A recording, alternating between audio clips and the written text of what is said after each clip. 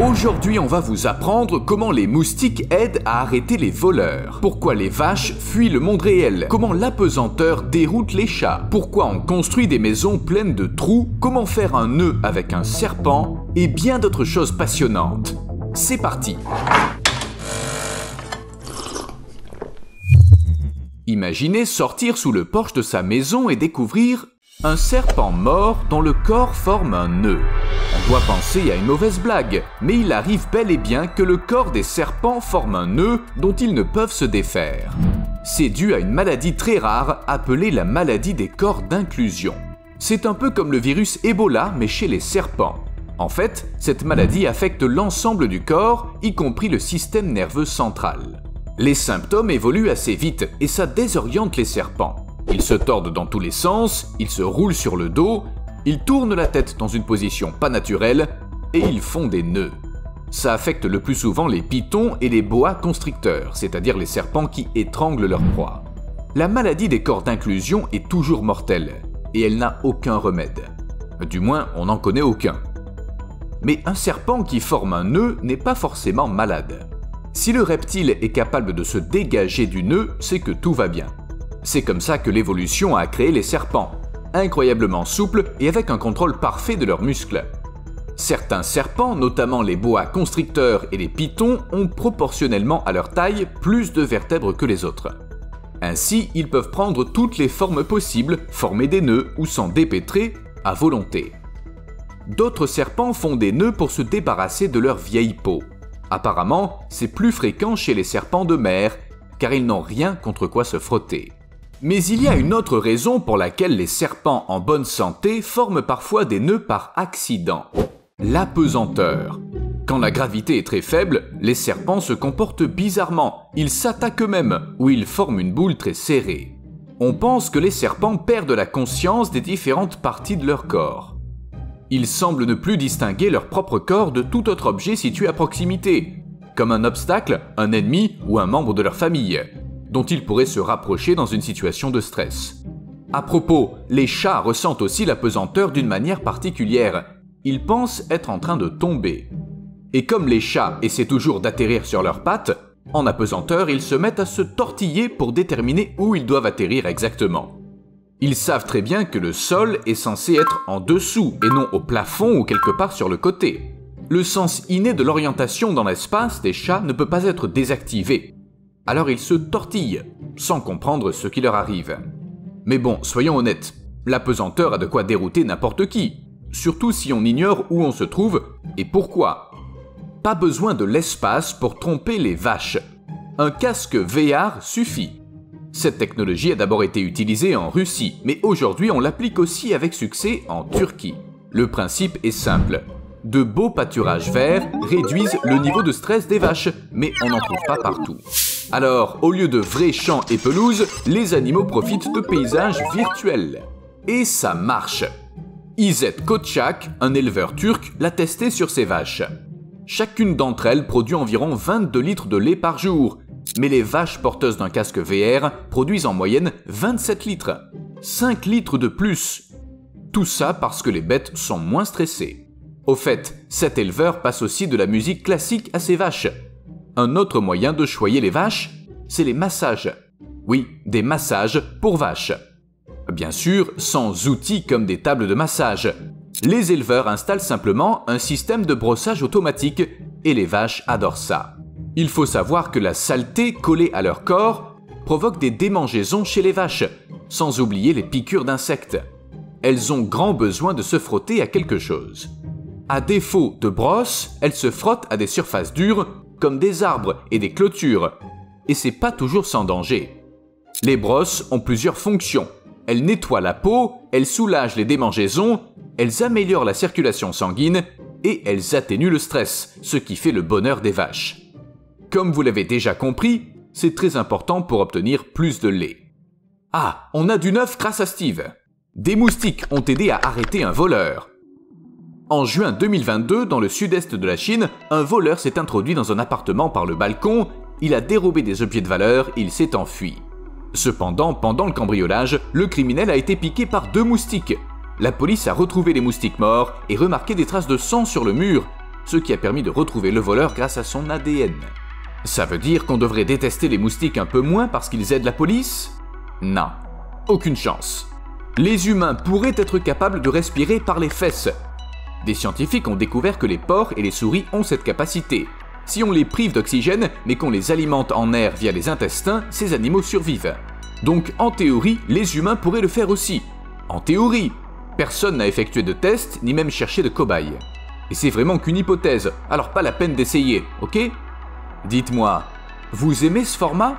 Steve a toujours plein de nouvelles excitantes, et il aimerait beaucoup ajouter une telle section à nos vidéos. Vous savez, les choses qu'il doit absolument nous apprendre dès que possible. Comme ceci. Des scientifiques ont mangé du bison vieux de 50 000 ans. Après l'avoir découvert en Alaska, ils ont constaté que le tissu musculaire était très bien conservé. Apparemment, le bison a gelé presque immédiatement après sa mort et une partie est restée intacte. La texture de sa chair rappelait un peu celle du bœuf séché, alors pourquoi pas faire du ragoût d'animal préhistorique? Ils n'ont pas cuisiné le bison entier, bien sûr, il était destiné à un musée après tout.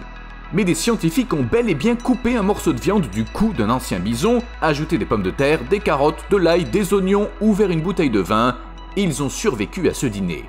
Honnêtement, je sais pas quoi dire. Je crois que ça m'a donné faim. Si vous avez aimé cette section, écrivez « On veut plus d'infos de Steve » en commentaire, quelque chose comme ça. S'il y a assez de commentaires, on en inclura d'autres à notre prochaine vidéo. En attendant, revenons aux animaux. Après tout, on est là pour ça. Vous saviez qu'en Islande, les chevaux tapent sur des claviers géants? Pas tous, bien sûr, mais c'est vraiment passionnant. Une enquête menée par Visit Iceland a révélé que 55% des personnes interrogées consultent leur mail au moins une fois par jour pendant leurs vacances. Et environ 60% d'entre eux ont déclaré que leur chef attendait une réponse, malgré le fait qu'ils étaient en vacances. Mais vous ne le savez peut-être que trop bien, et vous trouvez ça, disons, frustrant. En Islande, on a trouvé la solution. Laisser des chevaux répondre aux emails professionnels à la place des humains. Ça ne concerne que 3 chevaux et chacun d'entre eux a été entraîné à la dactylographie. Bien sûr, le résultat est un charabia qui n'a aucun sens. Mais bon, qu'est-ce qu'on peut attendre d'autre d'une personne en vacances? Pour permettre aux chevaux de taper, on a conçu un clavier géant avec des boutons en bois sur lesquels les animaux peuvent marcher ou frapper avec leurs sabots.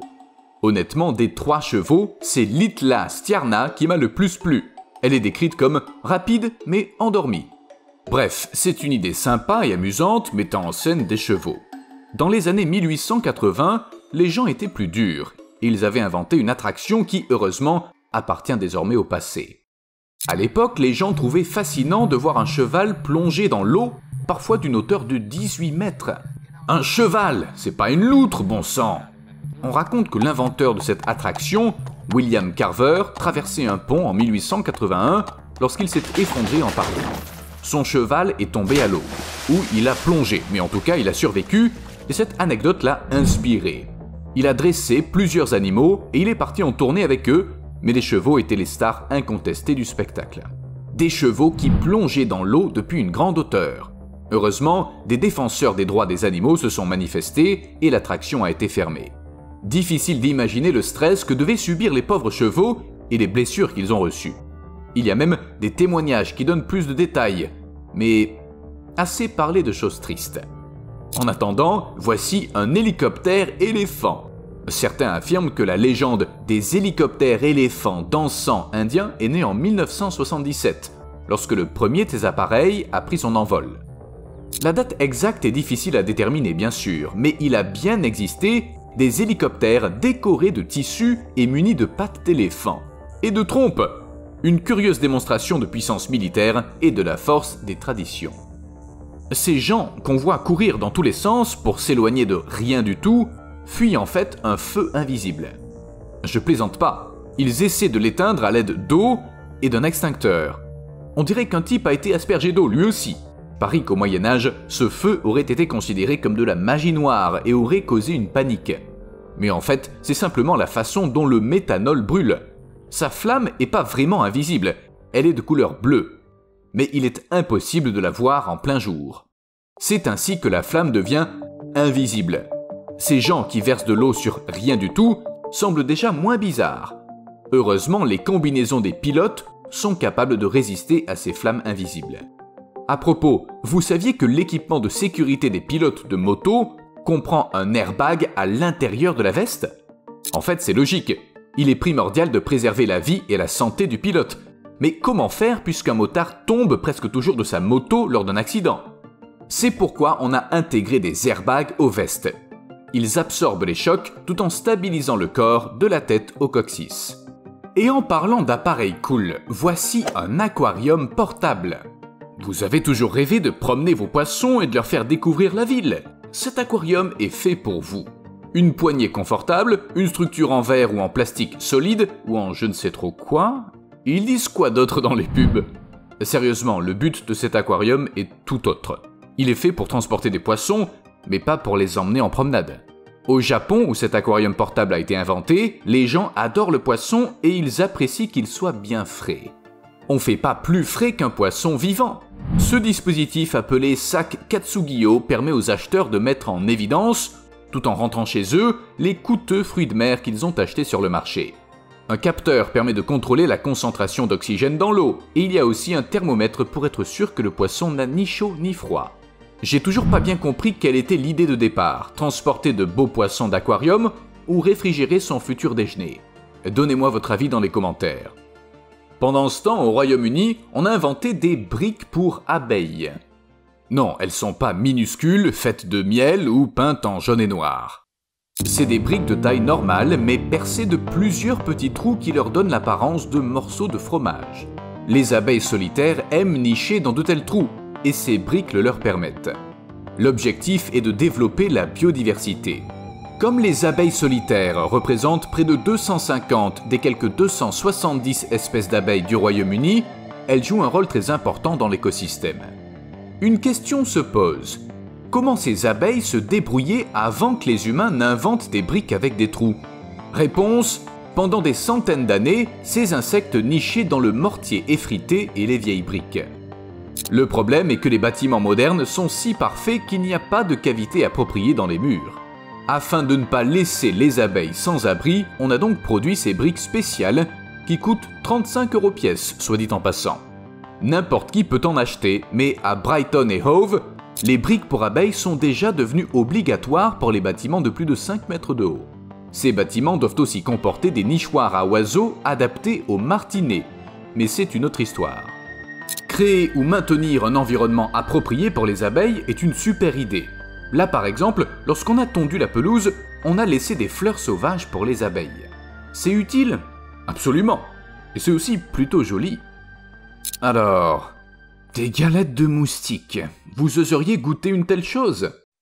On pourrait croire que ça doit mettre l'estomac à rude épreuve, mais les gens qui vivent sur les rives du lac Victoria en Afrique mangent de telles galettes tous les ans. Cette nourriture existe pour une raison simple. Pendant la saison des pluies, des milliers de milliards de moustiques sortent de l'eau et s'envolent en formant d'énormes nuages. Imaginez sortir de chez vous et voir un ciel plein de moustiques. Perk! Mais ça rend la capture d'un grand nombre de moustiques assez facile, il suffit d'agiter un seau. Les gens du coin les attrapent, ils en font des galettes, ils les font frire et ils les mangent comme des steaks. Ces galettes, qui ont l'air beaucoup trop cuites, peuvent contenir entre 300 000 et 500 000 moustiques, et elles contiennent 7 fois plus de protéines que des steaks de bœuf. Je sais pas quel goût ont ces galettes de moustiques, mais elles aident les habitants à lutter contre les insectes, à se procurer de la nourriture pendant les années de disette et à attirer les touristes. Sérieusement, du steak de moustique! Rien que le voir, ça doit être une sacrée expérience. Au fait, la plupart de ces moustiques ne sucent pas le sang, mais ils piquent quand même. Alors pas de raison de les plaindre. En revanche, je plains Wesley, un Golden Retriever qui a dû porter un appareil dentaire. Avoir des bagues, c'est pas marrant, j'en sais quelque chose. Lorsque les dents de Wesley sont sorties, elles étaient si tordues que le chiot ne pouvait ni fermer la gueule ni se nourrir normalement. Les chiens aussi peuvent avoir de tels problèmes. Mais Wesley a eu de la chance, car son maître était dentiste pour chiens. Je vous laisse quelques secondes pour réaliser que c'est un vrai métier. Son propriétaire lui est donc venu en aide et il a équipé le chiot d'un appareil dentaire. Et oui, les chiens aussi en portent. J'ai même trouvé plusieurs autres histoires de ce genre. De plus, selon son maître, Wesley en était très heureux. Enfin, j'ai quelques doutes. d'après mon expérience, ça fait mal et j'ai pu manger que des aliments mous pendant 2 semaines. Mais il semble que les chiens n'aient pas besoin de porter des bagues pendant des années pour arranger leur denture. Wesley n'en a porté que pendant quelques semaines. Sérieusement, pour moi, les bagues pour chiens sont l'une des choses les plus surprenantes de cette vidéo.